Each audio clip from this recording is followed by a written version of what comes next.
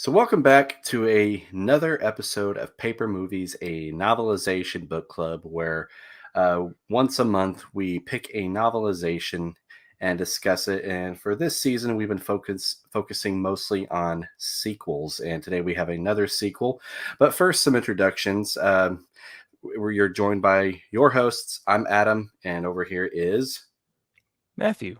Matthew, right? We also refer to ourselves as the Men with Beards podcast, but uh, it seems like this month it's more Men with Beard and Man with Stubble. Yeah. Yeah. It's on its way back. Yeah.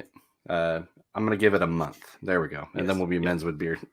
But this month we are, like I said, moving on with the season of sequels and are continuing with the season of sequels and discussing the novelization to Batman Returns. We discussed the novelization to Batman 89 last year. I thought that was a great discussion, and it was overall it was a very fun read. And Batman Returns is okay. People seem to disagree with me, my wife included. This is a Christmas movie, fight me. It's it's a Christmas movie. But the premise of Batman Returns is it takes place 3 years after the events of Batman 89. So we're set in around 1992, and it's Christmas time in Gotham City. The Red Triangle Gang has been terrorizing Gotham, and Batman has been investigating them. And a mysterious figure known as the Penguin has made himself public to Gotham City, reveals that he was once a man named Oswald Cobblepot who was abandoned by his rich parents, and he recruits the help of another wealthy Gothamite named Max Schreck, but we later find out that he has his own ulterior motive as he's wanting to gather the lists of names of all firstborn sons to enact some type of maniacal revenge. And of course, Batman's skeptical of the Penguin, and meanwhile, a new figure comes out of the shadows, and known as the Catwoman. And the funniest thing about this premise is I think I use some of the exact same words that I used when I reviewed this a couple of years back. I was just like, it just came naturally, and I'm just like, I feel like I've said this before somewhere. It's all good. It's an interesting story, you know. I'm glad we read it. Am I a big fan of the story? Not really. It definitely does not live up to Batman 89. I'm telling you, Adam, this is the first time I've revisited this story since I saw the film, probably since 1993. Nice. It's been that long. I think that's the last time I saw the film. It's been a long time. Do the effects in the film hold up? I would say yes, because I rewatched the film before I read the book. That's usually how I do it. I'll watch the film, get an idea of how everything's going to flow when I read. It kind of helps me speed up the reading process somehow. I don't know. I guess it saves me the time on imagining what these characters would look like in my head at the action. But effects held up well in the film. Did the author do a good job of describing everything and how it all would work in the book? Yeah, he does. There's a lot of stuff that is added in this book that is not in the film. I loved how in the beginning we get this perspective from the Penguin. I thought that was a very interesting way to start the book off. I mean, it was a little confusing at first, but quickly you understand, okay, we're in his eyes, in his mind, seeing what he's seeing, like getting a backstory and everything through that. Yeah, I remember mentioning when I reviewed this a couple of years back that it's like they treated it like it was like an annual Christmas special that would come on TV. Like let's say like maybe Rudolph the Red-Nosed Reindeer, where they have like a narrator come out and everything and tell the story. It kind of felt like that. Yeah. Just a little bit more twisted and evil, but yeah, but yeah, a little bit. no, I remember that too. That was really cool. At first, I was a little confused by it though, because from that point forward, the whole book is told in third person, and except for those, the prologue in the first chapter, and I was just like, wait, what's going on here? And he was just like, but then I was like, oh, we're we're we're from the Penguin's perspective, and I was like, Yeah. that's kind of interesting. That's a good way Yeah. though to like kind of get people invested. Mm-hmm. It was just a little weird that from that point forward, the whole book was, third person. Yeah. Yeah, I agree. It would have been neat if it would have switched a little bit more throughout, because it's like it starts off, with him being the narrator. You're kind of thinking, oh, this whole story is going to be based on his perspective, but it doesn't go that way. So it kind of throws you off a little bit there with that. Yep. But yeah, as mentioned earlier, the story itself, it doesn't live up to the first film. It's just the first film is, iconic, and Mm-hmm. it was just, beautifully done. And I think, I know that some people probably disagree with me, but I still think it holds up like really well, even to this day. At least in my opinion. But it's just the sequel is just, I've heard this said before. Batman 89 was directed by Tim Burton, but Batman Returns actually felt more like a Tim Burton movie. Yeah, With I understand. with like the weird designs and effects and everything. And believe it or not, little fun fact: this film caused a lot of controversy when it came out originally, because Really. I think they had a licensing, or they had a deal with their toys with McDonald's and everything. And then when McDonald's actually saw the film and saw like all the gross things that the Penguin would do and everything, they're like, nope, nope, nope, we don't support this movie,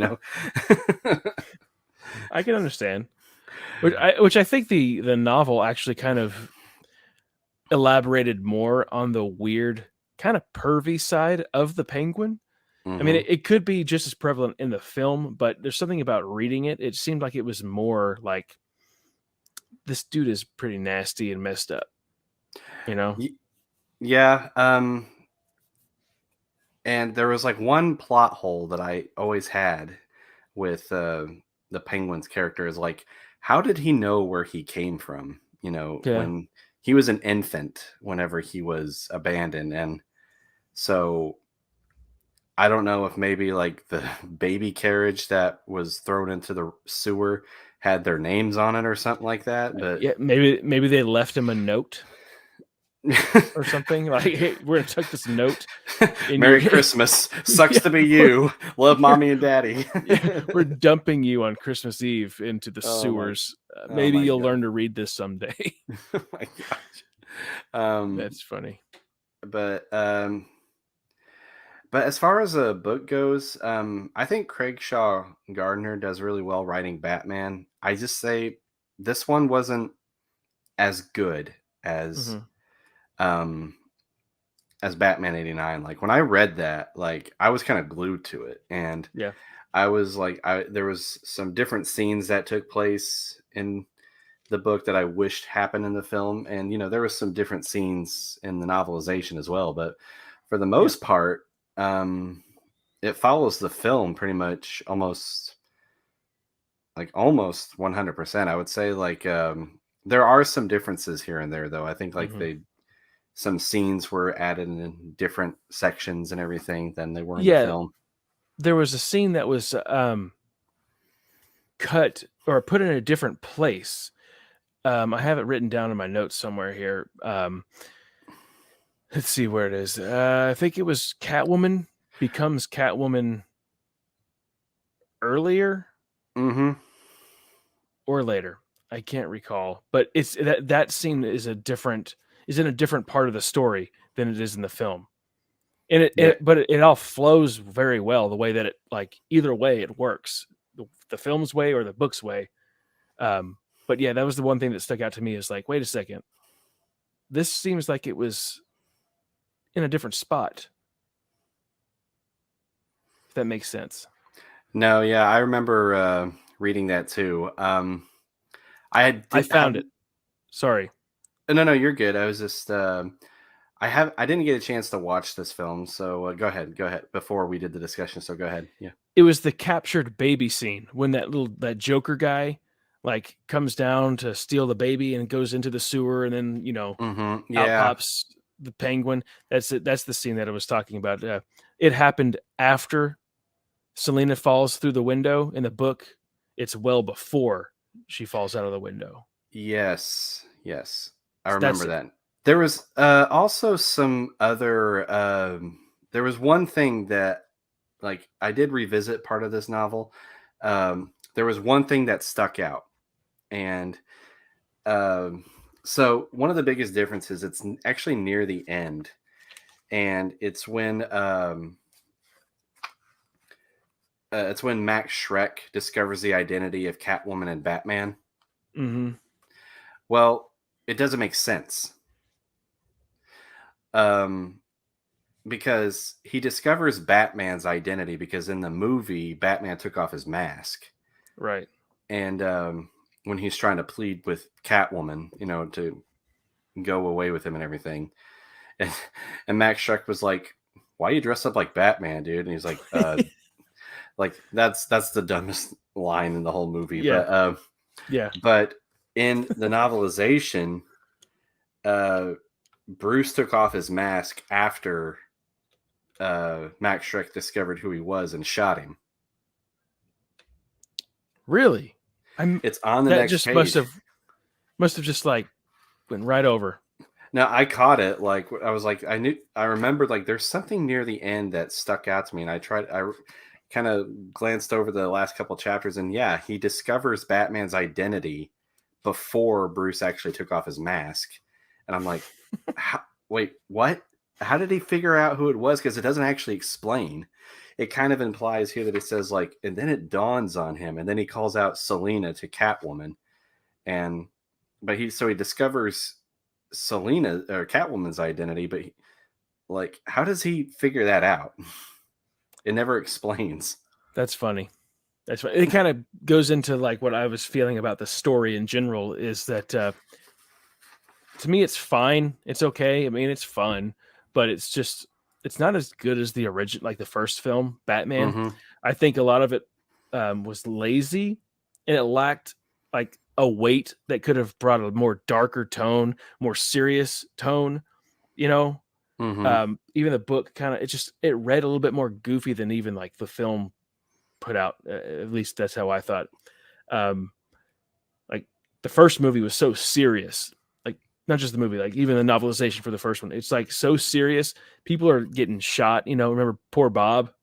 Mm-hmm. Good old Bob. Good old Bob. Like people are dying. The Joker was pretty terrifying as a villain. In the sequel, you just got some pervy guy who's too jokey and thinks he's a bird, which, I guess he is part bird. Doesn't get into the history of why he is a part penguin man.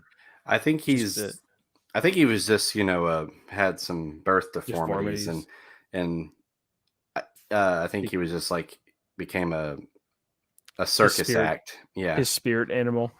Yeah. The penguin's my spirit animal. Yeah, you're right. He was part of the circus, and they probably called him the Penguin. Penguin Man. Put your flippers together for Penguin Man. Sorry. You're good. Yeah, I agree. It's and there's one thing that I've noticed though with not just the film or the novelization, it's just the story. It doesn't really focus on Batman all that much. Right. He's almost like a side character. Yeah, I mean, it's I thought that in the first one, Batman and the Joker had a healthier balance, in between, how or whoever much was featured more. But in Batman Returns, it seems more of the focus is on Max Schreck, the Penguin, and Catwoman. Like the whole subplot with Penguin becoming mayor and Catwoman getting revenge on Max Schreck by destroying his property and everything, which is kind of a little uncharacteristic for Catwoman, because in the comics, Catwoman was mostly a thief. She didn't really, not that I remembered anyway. I mean, I'm sure she did, but she was mostly just a thief. But in this one, she's just kind of inciting, chaos for Max Schreck. It's all directed towards him, Right. Kind of like a cat burglar. basically Mm. is what. Yeah, yeah. And this one she just kind of goes crazy because like all the cats come out when she falls out of the window and just surround her, and one of them gnaws on her finger, and I guess she wakes up thinking, "Oh, go up a cat." I just think it's kind of funny because it would have made more sense and more believable if we would have had like, oh, and then Selena leaves her martial arts class. Like we know that she has a fighting history Yeah, or something, other than just secretary, and then all of a sudden she's like beating people up, doing backflips and all this crazy stuff. It's like, oh, she fell off a cliff, bumped her head. Now she's beating up Batman and the Penguin and all this stuff. Just yeah. I mean, it doesn't really explain. Well, yeah. I mean, sure, Peter Parker got bit by a spider, but at least it explains how it gave him abilities. yeah, And um, this one, she just gets gnawed on by cats, and yeah. I but like that we get like a look at the sewer. Like there's kind of like a foreshadowing of Max Shrek's sewage dump stuff that he's doing. Like that sludge that comes from his factories is going mhm. into the sewers of New York, and it's kind of like a thing the Penguin's like gonna dunk him in at the end. He's gonna destroy him with his own kind of a waste system. Oh yeah, And like at the beginning, we get like a glimpse of like the sludge going into the sewers, which I oh don't yeah. recall that being in the film. I remember him mentioning it. He was like, "Yeah, there's a whole lagoon of this stuff in the back." Mm-hmm. Yeah, yeah. Um, but yeah, the like I said, it was all right. I mean, do I recommend people read it? I mean, sure. I mean, if you want to like follow all the Batman novelizations, the ones that are out, but it didn't capture like what the first one did. There was one moment though with that involved Bruce Wayne, Batman, that I thought was really good, and it was actually my favorite shot in the film. Is when like the bat signal goes off for the first time, Mm-hmm. and Bruce is like sitting alone in his like study or whatever, Right. and the light hits his wall, and he like stands up, and it's like that iconic pose of Bruce standing up with the light behind him, the Oh, you bat mean like symbol. this? Yeah. Yeah, it was like that was a good scene in the film. It looked great, and I thought that the novelization did a pretty good job of like replicating that in words because it like, gets into Bruce's thoughts. He's like thinking it's like a cold winter night, and he's thinking about his parents. Like, oh, Mm-hmm. I remember long ago on another cold winter night, kind of refreshing us on why he is Batman Yeah. before the signal comes on. Oh yeah, and I do like that. It's just like kind of to me it just kind of signifies that he's truly Batman. Bruce Wayne Mm-hmm. is really the mask, and it's just whenever it's like when the bat signal comes on, he's like a completely different person, and or becomes Yeah, a different person. That was pretty cool. yeah. And the weird thing with this version of Batman though is like he just straight up like murders people. Well, I mean, you remember in the film, like he when he's driving his Batmobile through the city, like confronting the Red Triangle gang, he just like outright just turns around and just sets someone on fire, and like he attaches a bomb to some guy's chest and everything. Yeah. And I'm like, Go, no, go ahead. I'm sorry. oh no, go continue. Yeah, and I mean, Batman has killed before in like other media and everything, but no, he just like straight up just like and like I remember from the scene, like he just like does it, and then like the guy just like realized like Batman just put a bomb to my chest, and Batman just grins at him and just not. I was like, "Geez, Louise!" Yeah. But See, I thought there's two things that I have to mention that I need to bring up. I remember in chapter 8, Alfred mhm. is like watching things unfold where the gang is starting to go around and cause havoc. And then it mentions that Alfred is like thinking that he has to go save this. He's like, "Oh, good, I don't have to save the girl." And you're like, "What? Wait a second, what girl?" Because it never mentions a girl anywhere. That's right. That I And remember you're kind of that. like, "Wait a second, was there like a typo? Was there a sentence missing somewhere?" Because it seems like he's witnessing something, and you're like, "Oh, good, I don't have to save the girl." And you're like, "Wait, what?" Was it possibly referring to Selena Kyle? I don't know. Um, it's like right when all the action like takes place. Because Blades are shooting out of the Batmobile, smashing through two different suits in an instant. It's in chapter 8. yeah, I'm looking at it right now, and I'm trying to see what you mean. Oh, It looked as if the butler would have to rescue the little girl, but you're like, there is no mention of a little girl before that oh, okay. That or must have after. went over my head too. I was just like, like kind of the same with the Batman's mask at the end, you know. Yeah, yeah. I mean, even to like one of my favorite lines from the story is when the Penguin is showing Max Shrek like evidence of like, this is what I have against you, and he pulls out the paper that's all shredded, and he says, "A lot of tape and a little patience goes a long way." Yep. I was like, "That's pretty funny. That's funny." I mean, because he apparently had both. I mean, Yeah, yeah, all the mhm. time, and um, there was one other thing I was wanting to mention about it. It's kind of escaping me, but it was this. Um, it was. Oh yeah, it was basically. I was going to ask you, how long did it take you to read this? oh man, what was it, like a week and a half, maybe 2 weeks? I think. I'm not bragging at all because it wasn't really a. This was like a really easy read for me. Like I started reading it one night because, like, I read Batman. Why not? And, like I read this in like 3 hours. I'm that's That's not good. that's not a joke either because like I was just like. But the sad part is, it wasn't because I was like. It wasn't like because it was just an easy read for me, and it wasn't just like it was gripping, if that makes sense. It was just like, Yeah. I mean, I will admit I was a little bit gripped into it whenever, like when we read the prologue in the first chapter and everything because of the like the narrative from the Penguin, but everything. But after that, it was just like, I guess it was easy because I was basically reading like most for the most part the movie, Hmm. with the exception of like the altered dialogue here and there and the altered scenes and everything. So, Yeah. Yeah. but yeah, basically just a straightforward novelization. Question.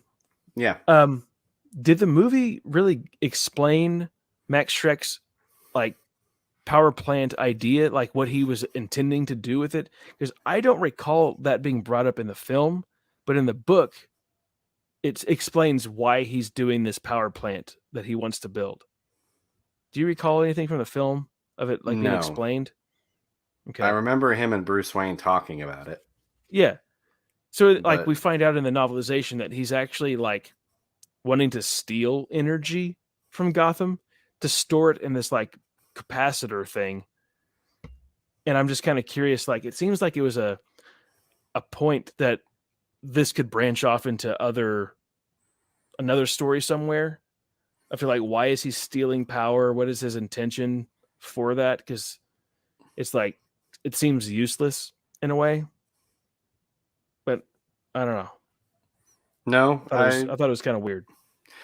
yeah, like I said, I remember mostly in the film he and Bruce Wayne talking about it, and that's another thing. Is I wasn't really sure why Bruce Wayne was, talking about it with him in the first place. I Like, think I think it was he was like a big investor, I think, wasn't he?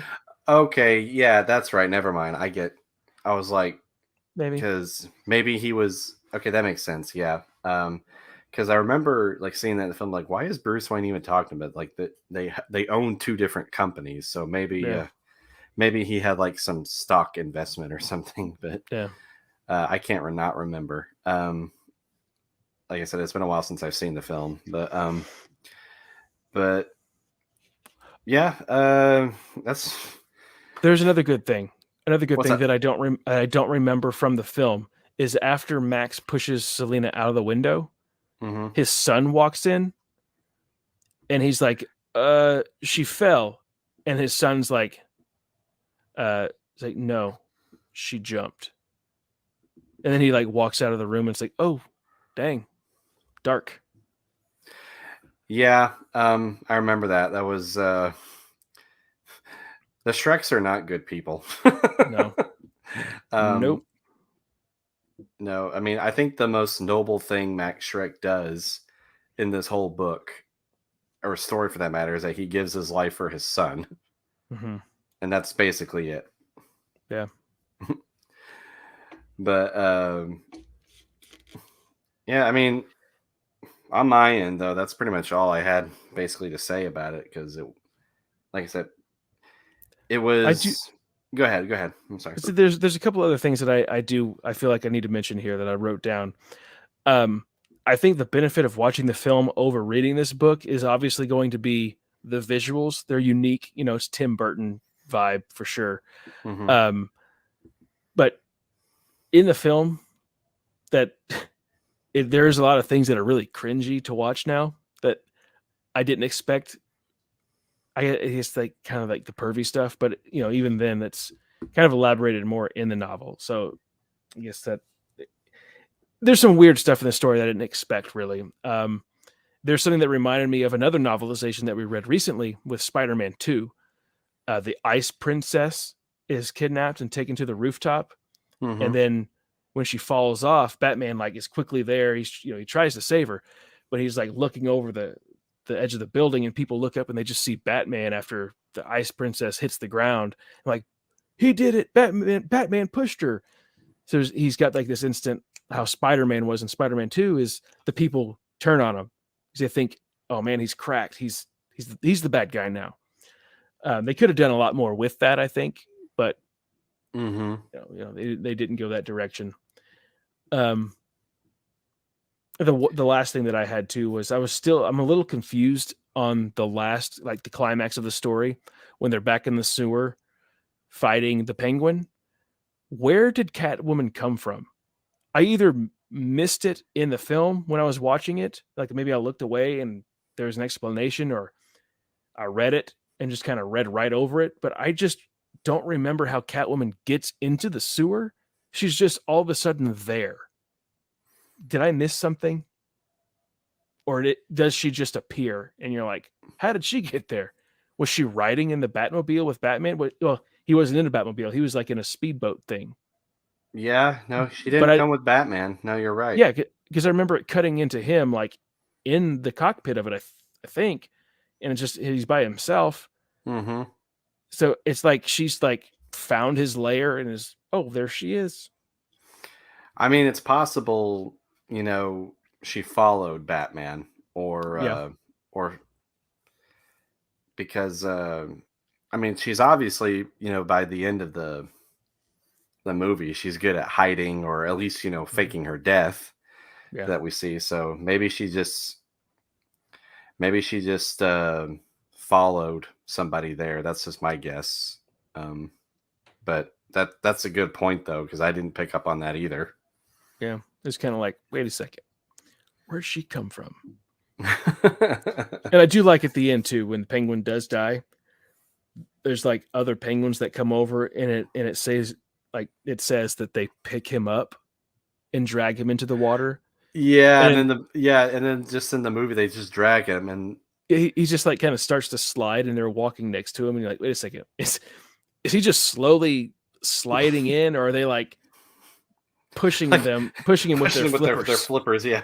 Yeah. I was like, wait a second, what's happening here? In the book, it's like they actually pick him up with their beaks and then carry him on in. It's like, okay, that works better. Yeah, it works better. I'm like, I don't. I was. I'm kind of wondering, like, if, like, because like in the film, it was just like I was still kind of wondering how they were able to move him, like, because it isn't like Mm-hmm. if you watch the film, it doesn't even look like they're touching him at all. They're just Right. walking right next to him. Yeah. Yeah. So, It's pretty silly. so yeah, in the book, yeah, they at least explain that they picked him up. So, uh, there's more plot holes with this than I remember. Than you thought. Yeah. And it's just, I guess the only one that I picked up on was like the ones I mentioned, like with Batman's mask and everything, and with the Penguin trying to discover his roots. But what would you rate this one? Oh man, for this one, it's kind of tough because it's just so cheesy. It's a little bit too risque, or more than I would expect. Because the first film, it wasn't, or the first novelization, first story, whatever, didn't feel like that. So that kind of deducted some stuff for me, because it's like it doesn't feel like a kid's type story anymore. I'm probably going to give it a C plus. C plus. Yeah. I give it the same grade I gave it years back, and that was B minus. So and I don't think it's Greg Shaw Gardner, right? I don't think it's Craig Shaw Gardner's like his fault. It's just the screenplay that he was given. He just kind of went with that it, yeah. Mostly. Yeah. So he was doing what he could with what he got. Yeah. Right. So he didn't want to drift too far. There was some language that was used. I think, maybe not. Might be getting that confused with something different. It was probably the same with the film. But I do want to read his other book that I mentioned, The Batman Murders, because I do think he knows how to write Batman. Yeah. And I just kind of want to see like how he writes Batman, without a novelization or a screenplay. Sorry. But for me, B minus. It wasn't a horrible book by any means. It was not bad. No. It wasn't great. It was pretty straightforward, a novelization. There's plot holes, and it just doesn't capture the original Batman. So right. Yeah. But if you want to have a Batman book with Christmas, yeah, read it in December. Yeah. If you're getting tired of reading A Christmas Carol and need something else kind of festive for the holidays, Batman Returns. There we go. You'll find this Batman Returns in your stocking, Yeah. That's funny. But, so, yep. Well, other than that said, I think that's going to do it for this month's discussion. Thank you guys so much for checking it out. And be sure to stay tuned for next month. We're kind of changing things up a bit. Yes. We're going to be incorporating some Halloween specials coming up next month. We are planning to review the novelization, to Nightmare on Elm Street. The first one, the novelizations are like in a 3-in-1 book. I think it's the first 3 films. And there will be some single cuts coming out. And me and Noah from Quality Autism will be discussing the novelization to Van Helsing. So be on the lookout for that. Yeah. I don't know if I'm frozen or if you can even hear me, because on my end I look frozen. Yeah, you've been frozen for like the past 20 minutes. Really? Yeah. Wow. Okay. That's fine. You're welcome, YouTube viewers. I mean, it's a great, pick. You're like, yeah. Yeah. My mouth is hanging open. So no point in me showing the Nightmare on Elm Street novelization up here. But yeah, we're going to be covering the first. You might have already said this. I just noticed my face not moving at all. So, yeah. Part 1, not the whole book, just the first film of Nightmare on Elm Street. Can I say what I plan on releasing soon? Go for it. Well, I'll get into single cuts. Single cuts have been exclusive to the podcast format. Like, we're not doing videos. They're not being published to YouTube. Well, Adam and I decided, you know what? We're going to release the old stuff on YouTube. Obviously, there's no video to that. It's just the audio has been transferred over to YouTube. So if you've been missing out on the single cuts that have been exclusive to podcast, wherever podcasts are found, you will now be able to listen to it on YouTube. And we released Adam's first single cut, Daredevil, and I'm so glad we did, because it went from having like 30 people listening to it to well over 400 now, right? I Yeah, it's believe. actually picked up some views. So, Yeah. guys, thank you so much for checking that out. Yeah. So we thought, why let them just sit there and waste away on a podcast whenever we could throw it on YouTube for the people that we know are not really podcast listeners, but enjoy this kind of content. So yeah, thanks for giving those a listen. And there's going to be a lot more of those older ones that drop. There's quite a few horror novelizations that have been published over there. So Yeah, there's going to be some stuff from. I've done Sleepy Hollow and Fright Night. Right. Yep. We got those, and then all the other Halloween novelizations were done by Jeremy. I have not done any of them yet, but there is one that I am currently working on, and you won't be able to see it on YouTube for quite a while, because we're going to let there be a time period before they're released to YouTube. So if you want it early, you can check it out on the podcast. I'm going to be doing Back to the Future. Nice. So that's exciting. Yeah, that one's going to be written by George Gipe. So I read that one, and I started recording the audio for that single cut. So yeah, that's what I got going on. Yep. It's going to be October's going to be a busy month, not just for this channel, but for all of the other channels. But, great content coming your way. So be on the lookout. And guys, thank you so much again for checking it out, checking out this discussion of Batman Returns. And yeah, just be sure to stay tuned for our Halloween stuff we got coming next month. And then it'll be around November, I think, is when we are going to be discussing, I believe, either Home Alone 2 or it's going to be in December. I can't quite remember. I'll have to check our schedule, but that's coming from me and Matthew as well down the line. So, guys, thank you so much. You guys have a great one, and we'll catch you next time. Yeah, I'm waving, but you can't see it. Me too. Bye. Bye.